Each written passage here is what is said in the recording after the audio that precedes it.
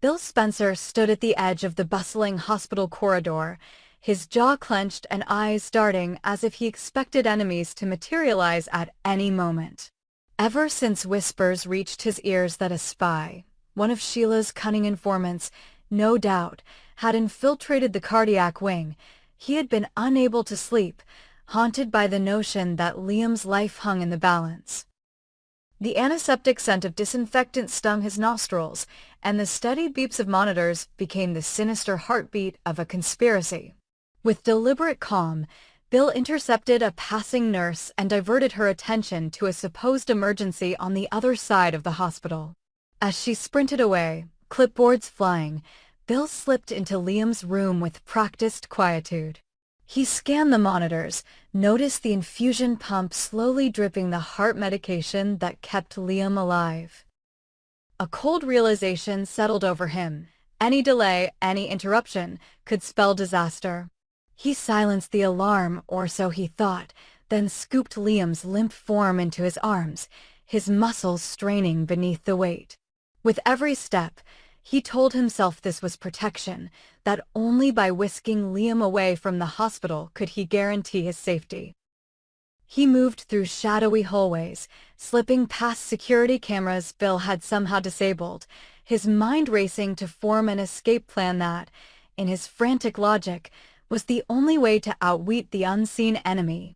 At the hospital exit, he drove a waiting car. One of his many wallets of privilege had procured a luxury SUV and a private medical team standing by at a nearby off-the-books clinic. As headlights vanished into the night, Bill breathed a sigh of relief, certain he had outmaneuvered the spies and shielded his son. But back in that sterile hospital room, the absence of the continuous cardiac drip machine began to bear terrible fruit. Minutes stretched into an agonizing eternity as Liam's heart faltered without the crucial medication. At the makeshift clinic, as Bill burst through the door, calling urgently for Dr. Hayes, he found the team ill-prepared, without immediate access to the precise formulation, the life-sustaining serum. He watched in horror as monitors blinked from steady green to ominous flatline. Panic clawed at him. His own reckless deed had endangered the very person he sought to protect. He bellowed for help, but the walls offered only echoes. Meanwhile, hospital administration realized a patient had vanished. Alarms were raised, searches launched, and within hours, news of a patient abduction spilled into the public domain. A team of detectives, led by an unflinching investigator named Ramirez, descended upon Bill's private clinic with a warrant. Bill, bloodied by guilt and dread, met the pounding at the door not with the swagger of a media mogul, but with the hollow fear of a father who might have killed his son through a desperate act of love. In the flash of police strobe lights, Bill was handcuffed, his reputation and freedom hanging by a thread. Liam lay unconscious on an operating table, machines groaning as they fought to revive him, machines Bill had once taken for granted. At the precinct, Ramirez laid out the charges. Kidnapping, endangering a minor, reckless endangerment. The press circled like vultures, cameras flashing, hungry for the downfall of one of fashion's most influential figures. Within the interrogation room's harsh fluorescent glare, Bill's defiance crumbled into anguished confession. He spoke of his fears, of the invisible threat he believed stalked every hallway of that hospital, but Ramirez remained unmoved. The law did not bend for a father's paranoia. Back at the private clinic, Dr. Hayes and his team managed to restore Liam's fragile heartbeat, but the crisis had left him on the brink of organ failure. The cost of Bill's unilateral decision was etched in every labored breath. As Bill awaited his arraignment, lambasting his own arrogance, the world watched a titan brought low by the very instincts meant to protect his legacy. He realized, with painful clarity, that in the battle between control and chaos, his need to dominate had nearly crushed his son's life. Now, as the gavel loomed and Liam fought for each breath, Bill Spencer faced the ultimate reckoning, The realization that the darkest betrayal can be committed not by an enemy, but by love twisted into obsession. John McCook stands before the imposing facade of Television City in Hollywood, its familiar brick walls and towering stage entrances a monument not only to television history, but to half a century of his own life's work. And in that moment he feels every memory, every note of music, every line delivered. Every pulse of electricity that once surged through these halls come rushing back with such force, he can scarcely believe he ever doubted the power of a single place to shape a person's destiny.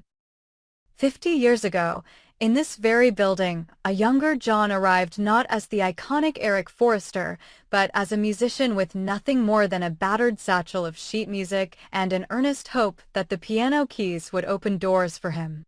His first days were spent behind the grand baby grand in a corner of stage 31, plinking out melodies for rehearsals and warm-ups, his hands learning to coax emotion from strings of hammers and wires.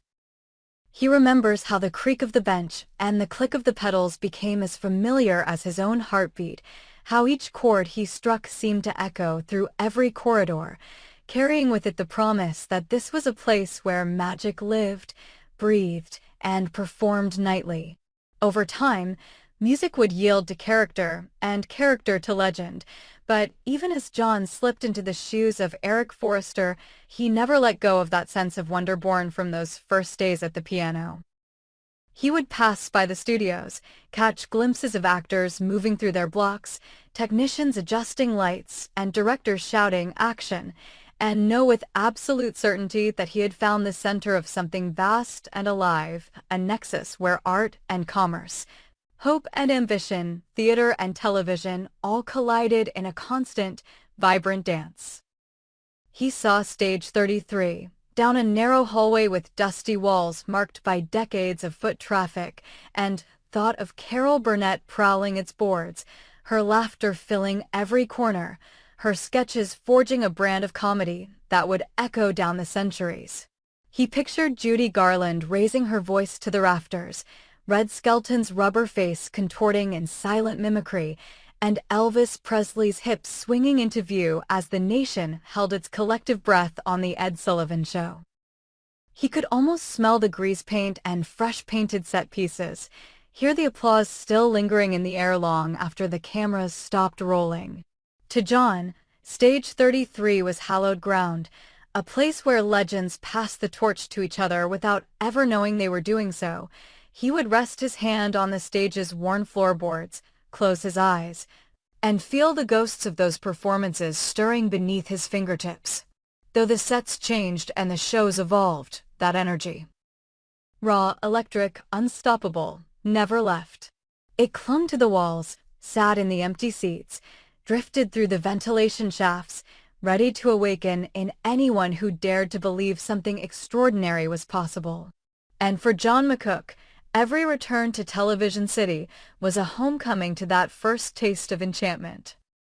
Now, as rumors swirl that the bold and the beautiful will roll its final cameras on stage 31, he knows the moment has come to bid farewell not only to a building, but to an entire chapter of his life. The day he learned the series would move on from the stage, he walked slowly through the prop rooms, past racks of gowns and leather jackets, past tables covered in call sheets and coffee cups still warm from long nights of shooting. He placed his palm against the smooth, sun-browned surface of the Forrester Mansion's faux wooden staircase and imagined all the times he had ascended those steps with a mixture of swagger and vulnerability. Eric Forrester's heart on full display for cameras that never blink. He paused at the threshold of the living room set, where so many family secrets had been confessed, so many alliances forged and broken.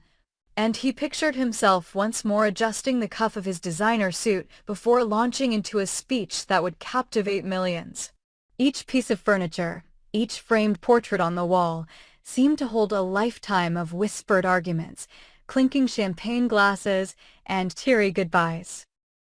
John felt the same thrill he had felt as a boy at the piano, that sense that he was part of something greater than himself, and now, as the final echoes of his footsteps faded, He was certain that magic would endure even when the lights went down for the last time. He remembers thinking, they can strip the walls, they can move the cameras, but they cannot capture the spirit that lives here. He believed then, and he believes now, that the true soul of Television City lives not in the concrete or the steel, but in the memories of every performer, every crew member, every viewer whose life was touched by what happened within these walls.